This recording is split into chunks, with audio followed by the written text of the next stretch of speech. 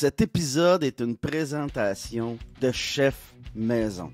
Chef Maison, le meilleur traiteur, ça arrive sud de Montréal. Peu importe ta situation familiale ou ton besoin, ben Roger, le propriétaire, a un format pour toi. T'en veux-tu des choix? Familial 5 jours, monoparental 5 jours, individuel 5 jours, format grande famille. Familial, 2 jours. Monoparental, 2 jours. Individuel, 2 jours. Grande famille, 2 jours. Puis là, je t'ai même pas parlé des forfaits lunch à part de ça. T'as juste à appeler au 438-872-9500. Puis mon ami Roger Yengang va se faire un plaisir de bien te servir. Parce qu'oublie pas, ça tu le sais, Chef Maison, la solution.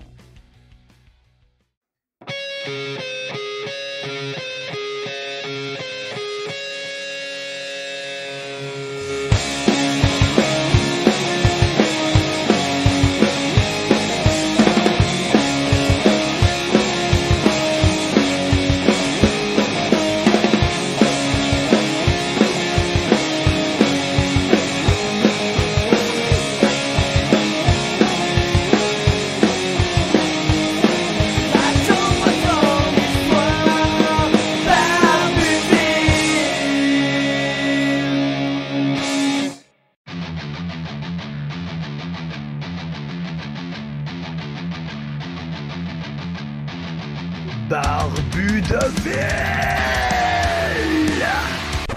Ben oui, la grosse barbe qui raconte des histoires.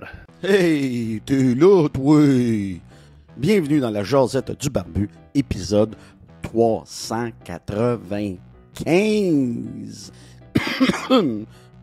Ça commence bien, je m'étouffe. Il fait présentement 10 degrés à l'extérieur de nos studios. On est le 8 novembre. C'est mardi. Ça commence à sentir le mois de novembre. On va voir ce qui va se passer. Mais on a été chanceux jusqu'à présent.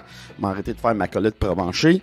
Puis là, je vais te dire, puis je vais te demander, t'as-tu fait ton lit à matin? Tu le sais, hein? Faire son lit, c'est une micro-réussite. T'as-tu fait ton lit comme David Goggin, qui, lui, a fait son lit un matin? Puis il l'a fait de bonne heure. C'est un lève-tôt. Ça se lève à 4 heures le matin, ça. As-tu fait ton lit comme Joe Rogan? Parce que lui aussi, il a fait son lit. Puis lui aussi, il se réveille de bonne heure. As-tu fait ton lit comme le maire de Kiev, ancien champion du monde de boxe, Vitali Klitschko? Ben lui, il a fait son lit un matin. Tu peux être sûr de ça. Voyons, tabarnouche. Mais tu le sais, hein? Faire son lit, c'est une micro-réussite. C'est le premier geste de ta journée. Puis c'est une réussite. Ben non, t'as pas fait d'opération à cœur ouvert, puis t'as pas été sur la planète Mars. On le sait déjà, ça. Je sais pas combien de fois je te l'ai dit, mais. Reste tout de moins que le premier geste que tu auras accompli dans ta journée sera une réussite. Et ça, c'est très important parce que il faut prendre soin de soi-même pour mieux prendre soin des autres. C'est un magnifique bridge vers le premier sujet de la Jasette 395. Ouais, effectivement. Je me rends compte de plus en plus, en vieillissant, je vais avoir 49 dans une semaine et demie à peu près, le 19 novembre. Je me rends compte qu'en vieillissant, il faut prendre soin de soi-même, tant physiquement que psychologiquement. Parce que si tu le fais pas pour toi-même, il n'y a personne qui va le faire à ta place. Puis c'est pas une question d'égoïsme. Au contraire, moi je pense que quand tu réussis à prendre soin de ce qu'il y a entre tes deux oreilles et prendre soin de ton corps, ben après ça, tu es à mesure de prendre soin des autres puis de faire attention aux autres. Parce que si tu n'es pas bien entre tes deux oreilles puis tu n'es pas bien dans ton corps, tu ne pourras pas aider personne. Tu te sabotes toi-même. Ouais, je vais jusque-là dans mes mots. Sabotage. On est bon là-dedans, nous autres, l'humain, en général, pour se saboter. Puis des fois, tu sais, on le fait pas consciemment. Ouais, souvent, c'est inconscient. Bon, je te donne un exemple. Moi, ben tu sais, là, tu m'écoutes à travers mon podcast. Je fais moins de spectacles qu'avant. Les contrats sont moins là de ce temps-là. Donc, c'est difficile monétairement. Puis moi, dans ce temps-là, là, depuis l'été, j'avais tendance à m'écraser. Ouais. Ben, tu sais, je t'ai dit, hey, 2022, ça va être mon année. On est rendu en novembre, là, puis c'est loin d'être mon année.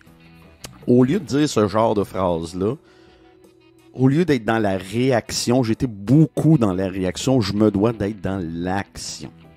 Puis qu'est-ce que ça veut dire? Ben, c'est prendre soin de son mental et de son physique. Moi, je pense que ce que je fais dans la vie, j'ai besoin de ces deux choses-là. Puis je pense que tout le monde a besoin de ça. Puis moi, comment je suis, c'est sûr que je peux pas... j'essaie de bien m'expliquer, de bien me faire comprendre. Tu sais, j'ai perdu beaucoup de poids. Bien content parce que j'avais arrêté la liqueur. Puis là, dernièrement, j'ai recommencé à boire de la liqueur. C'est beaucoup de sucre. J'ai recommencé à mettre du sucre dans mon café, mais il faut que j'arrête ça, là. Le sucre est pas bon pour moi. Puis le sucre, il y a eu beaucoup de lobby, tu sais, sur le gras, le cholestérol. Mais s'il y a un élément qui est pas bon pour nous, c'est le sucre. Bon, oui, il y a des sucres naturels dans les fruits. Ça, c'est correct. Un jus d'orange, c'est correct. Faut pas que t'en boives 12. Tout est dans... On allait dire tout est dans tout, comme Raoul Duguay... fameux auteur de l'Abitibi. Mais oui, c'est vrai que tout est dans tout. Puis il faut faire attention à soi pour aider les autres éventuellement. Mais tout est dans tout. Tout aussi est dans la modération à meilleur goût. Je le sais, je dis des phrases clichés. Mais c'est vrai pareil. Puis aussi, quand tu penses que tu es arrivé en quelque part, la vie va te démontrer que t'es arrivé nulle part. Puis il faut arrêter. Tu sais, la vie, c'est un long voyage. C'est un voyage. Hein? C'est pas une destination, c'est un voyage. Puis quand tu arrives à ta destination, ben c'est la fin. Tu sais? Mais la vie, c'est un voyage avec ses embûches, ses bons coups, ses Everest. C'est tout ça. Fait que je me dis, puis en même temps, je me parle, puis je te parle. C'est drôle comment on aime ça prendre soin de nos maisons, de nos chars. On aime ça prendre soin de nos bebelles. C'est vrai, on est tous de même. Mais, prendre soin de notre corps, là, je vais mettre un bémol. Oui, il y a des gens qui vont au gym, qui font attention, mais il y a aussi le contraire, ceux qui exagèrent. Là. Tu sais, tu fais du crossfit 5 jours semaine, ben je t'annonce que c'est trop. Tu fais du bodybuilding, tu prends des stéroïdes, ben t'es pas en santé, tu comprends-tu? Tu fais des ultramarathons par-dessus ultramarathons, mais tu es en train de te défaire les genoux. Donc, être en santé veut pas dire s'entraîner comme un malade mental, parce que là, tu traverses l'autre ligne. Je m'a donné l'exemple d'un joueur de hockey qui était une machine d'entraînement, puis il s'appelait Gaétan Duchesne. Gaétan Duchesne a joué avec les Nordiques, entre autres. Ça, là, c'est une machine d'entraînement. Ben lui, il y avait un problème de cœur, je crois, à l'époque. Ben, il est mort en s'entraînant. Ouais, il a pété en s'entraînant. Puis c'est un gars qui faisait attention à sa santé, il faisait attention à sa nutrition, mais probablement que Gaétan allait trop loin dans l'entraînement. Il y a une ligne à pas franchir avec tout ça, mais c'est comme tout le reste, la modération a bien meilleur goût. Tu sais, quelqu'un qui s'entraîne 3 fois semaine, qui a un bon entraînement d'1 heure, qui va faire des marches, qui fait attention à son alimentation. Bon, je te dis des affaires plates, mais c'est ça pareil. Ben, cette personne-là est en forme. Elle est plus en forme que ben des athlètes qui... ben des athlètes, tu sais. Mais bon, bref. Ouais, c'est ça. Plus en forme que ben des athlètes. Donc, j'avais cette réflexion-là. Un matin, j'ai cette réflexion-là parce que hier, j'ai quand même beaucoup bu. Et puis, on dirait que je suis tanné. Bon, je me suis répété, je le sais, mais je suis tanné. Puis j'ai le goût, tu sais, là, je marche beaucoup plus avec ma blonde, puis c'est le fun, ça. Puis j'ai le goût de faire attention à moi, puis j'ai le goût... bon, j'aide déjà les autres, je fais déjà attention. Mais j'ai le goût d'être optimal, tu sais, pour le travail aussi, donner plus de temps à Barbutville, être plus efficace. Là, je mets du temps sur la page Facebook, ça paraît, puis ça va bien. Tu sais, Francis m'a aidé là-dessus. Il m'a donné des une façon de faire, puis ça roule. Puis je suis bien content. C'est la première fois que ma page Facebook roule vraiment, là, celle du Barbutville. Et puis, ça va très bien de ce côté-là. Donc, ça va me permettre de partager mes podcasts, partager quand j'ai une histoire d'écrit. Ça va me permettre d'avoir encore plus de vues au niveau de mes commanditaires. Donc, tout ça est positif. Mais c'est parce que j'y mets l'effort. C'est ça aussi. Hein, c'est ça aussi. Il y a là-dedans une question d'effort aussi. Pas juste... oui, tu peux pas juste te fier à ton talent dans la vie.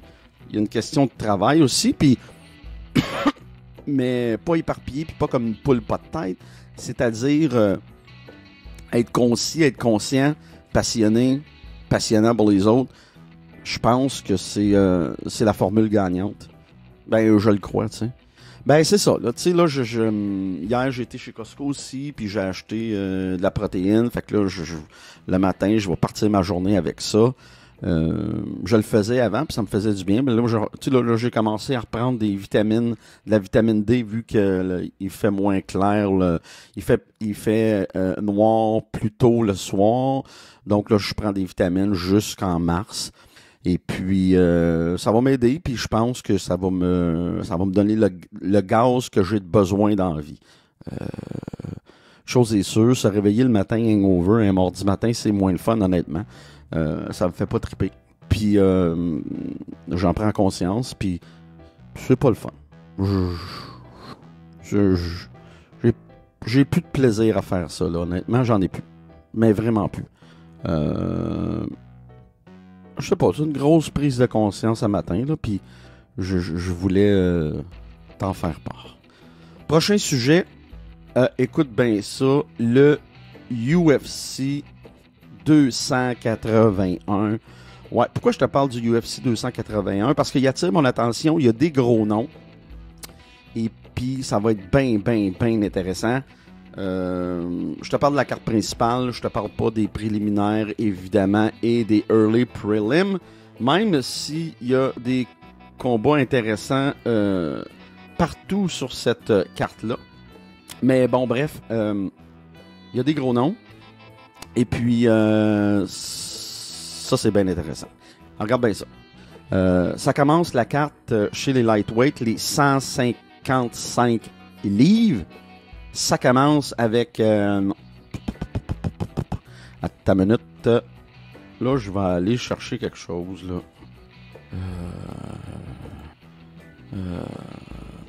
Excuse-moi. Parce que je me souviens jamais... Attends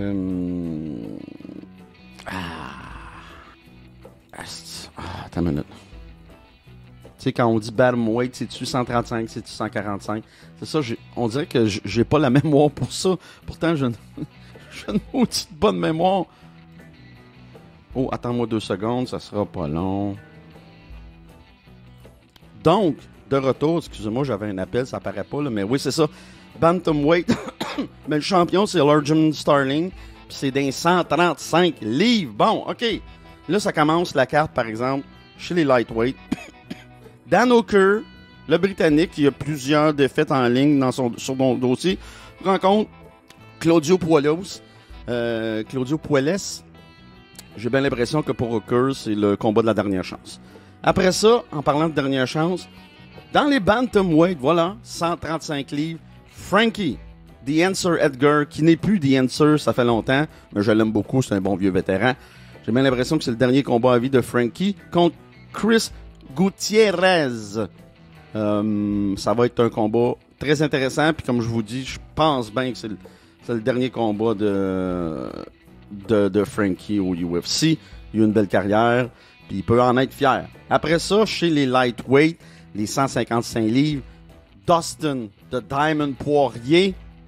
As-tu vraiment besoin de rajouter quelque chose? Affronte Michael Chandler, ancienne vedette et champion du Bellator. Ben là, on a là 2 athlètes optimum, 2 athlètes à leur pic, 2 athlètes complets, des 5-tool players, des gars qui sont capables d'être au sol et d'y performer, des gars qui sont capables d'emmener leurs adversaires au sol et d'y performer, des gars qui sont aussi bons debout. Donc, ce combat-là va être d'une violence inouïe. Qui va gagner? Difficile à prévoir. C'est un Jack in the Box. Ce combat-là peut durer 3 rounds, comme ce combat-là peut durer 10 secondes. Ce combat-là peut aller de toutes les façons. Puis, J'ai hâte de voir ce combat-là. Pour moi, c'est le combat de la soirée, même plus intéressant que la finale. Pour moi, ce combat-là, il y a tous les éléments pour faire un combat de la soirée puis un combat de l'année. Voilà. Après ça, demi-finale chez le co-main event, la demi-finale chez les femmes, chez les strawweight. Et là, les strawweight chez les femmes, là, moi te le dire, là. Oh! Ta minute, à ta minute. Ça sera pas long. C'est ça qui arrive. Bon. Bon, ça le dit pas. Bon, les strawweight, dans la demi-finale, Carla Esparza affronte Willie Zhang.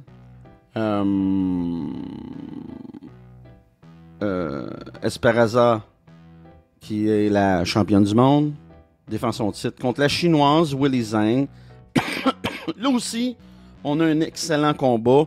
Probablement que mon co-main event à moi, ça aurait été Poirier-Chandler. Mais Zhang contre Esparza, c'est un excellent co-main event. Et la finale, qui est une finale intéressante, mais qui est hypée beaucoup par le UFC. Mais moi, j'embarque pas là-dedans. La finale, Israël, chez les middleweight, chez les poids moyens, les 185 livres, Israël Adesanya, 23 victoires, une défaite chez les Milo contre Jan Blachowicz, pas chez les moyens, affronte Alex Pereira, le Brésilien, 6 victoires, une défaite. Mais il faut savoir qu'Alex a battu 2 fois Israël Adesanya en kickboxing, dont la dernière fois, il l'a knocké out cold, comme on dit, chez les Chinois. Combat intéressant, mais là, on n'est plus en kickboxing. Puis Israël a beaucoup d'expérience. C'est sûr qu'Israël va falloir qu'il surveille les mains et les pieds de Pereira, parce que Pereira, debout, c'est l'adversaire le plus dangereux au monde en ce qui a trait le MMA. La personne qui a une aussi bonne technique que Pereira debout. Même pas Israël Adesanya. Bref, ça devrait être un bon combat. Je suis très curieux. Mais comme je vous dis, j'embarque pas dans le hype de ce combat-là. Parce que pour moi, c'est deux adversaires très, très différents. Alex, debout, est très dangereux, mais aussitôt que tu l'amènes au sol, il n'y a pas de réponse, lui-là. Là. Fait que moi, je pense Israël, c'est un gars intelligent, c'est un combattant technique. J'ai hâte de voir pour la suite des choses. Mais bref, moi, je te dis que le combat de la soirée sera celui de Dustin Poirier contre Michael Chandler. Si tu as un combat à voir ce soir-là, c'est celui-là. C'est ce combat-là que tu ne veux pas rater, à mon humble avis. Voilà. C'est pas mal ce qui fait le tour du UFC 281. Et puis, je suis en train de regarder mon heure parce que j'ai un rendez-vous, il y a quelqu'un qui vient voir ma Matrix. Autre chose, t'as une business, t'as une PME, peu importe, tu cherches des employés, ben tu peux mettre une annonce sur mon podcast. Au début, dans le milieu ou à la fin, ça dépend ce que tu choisis. C'est sûr que si tu veux une annonce dans le milieu, tu veux un 30 secondes, ben là, c'est sûr que ça va te coûter plus de sous. Mais j'ai des forfaits très intéressants qui sont à la semaine, au mois, à l'année. Et puis, je te répète que le podcast roule beaucoup. C'est beaucoup écouté. Et puis, je pense que c'est une bonne affaire. Fait que si tu veux mettre une pub sur mon podcast, c'est toujours disponible. Fais comme Harley-Davidson Saint-Jérôme, fais comme Chef Maison. Chef Maison, ben, il y a des annonces sur mon podcast depuis que mon podcast existe. Puis Chef Maison est avec moi depuis les 3 ou les 4 dernières années. Fidèle de même, imagine-toi donc, Roger Yengang, Chef Maison, le meilleur traiteur sur la rive sud de Montréal. Fait que si ça t'intéresse, tu viens voir ça. Tu me contactes via mon email, qui est le barbudeville@gmail.com, ou via mon numéro de téléphone, le 450-569-6861. Puis ça va me faire plaisir de te parler, puis ça va me faire plaisir de faire de la business avec toi. Puis tu vas voir que tu demanderas à n'importe quel de mes commanditaires, ils sont bien traités, je fais attention, je travaille fort, puis dans ce sens-là, je crois bien que je suis apprécié humblement. Bon, c'est assez les commandites. Dernier sujet. Imagine-toi donc, il y a un restaurant à Laval qui s'appelle Les Nuits de Beyrouth. Écoute ça, Les Nuits de Beyrouth. Il a été incendié 2 fois en autant de jours en fin de semaine. 2 fois. Là, qu'est-ce qui se passe? C'est-tu de la malchance? C'est-tu une histoire de territoire? Je ne sais pas, je connais pas ça, ce restaurant-là. Les Nuits de Beyrouth, qui est situé à Laval. Mais une chose est sûre, ça regarde pas bien. Moi, te le dire, là, ça regarde pas bien. On aurait tendance à penser qu'il y a quelque chose, il y a de la gamique à travers ça, puis c'est fort possible. Ça serait pas la première fois qu'il y a de la gamique concernant un restaurant. Dans ce milieu-là, des fois, on va se le dire, il y a du blanchiment d'argent. Mais là, je suis pas en train de dire ça de ce restaurant-là. C'est peut-être juste malencontreux, c'est peut-être juste des accidents. C'est possible. Mais je lisais l'article de la presse ce matin, ça regarde pas bien. Puis, mais comme je dis, c'est peut-être juste malencontreux. C'est peut-être juste ça. Mais du moins, 2 incendies, 2 jours de suite, back-à-back. Si c'est de la malchance, va t'acheter un 649 parce que t'as des bonnes chances. Moi, je te le dis, je te garantis. Donc, hey, sur ce, hey, c'était la Josette du Barbu 395. J'espère que tu as aimé ça. Puis si tu apprécies, partage donc, s'il vous plaît, quand tu vois la Josette du Barbu passer. S'il vous plaît, partage via YouTube, parce que je suis sur YouTube. Partage via mon site internet, lebarbudeville.com. Partage cette Josette via Spotify, Google Podcast, iTunes. Puis tu vas faire mon bonheur, mon ami. Je te le dis, tu vas faire mon bonheur. Ben sur ce, on se revoit demain, mercredi nombril de la semaine. Puis d'ici là, ben, fais attention à toi. Oui, fais attention à toi pour mieux faire attention aux autres. Puis demain, ben, on se rejoint, on va dire comme le gars au Racabessic. Saint-Jérôme Harley Davidson. Pour voyager, pour s'habiller, pour partir sur un nowhere, pour rouler en toute liberté. Ta route commence chez Saint-Jérôme Harley Davidson.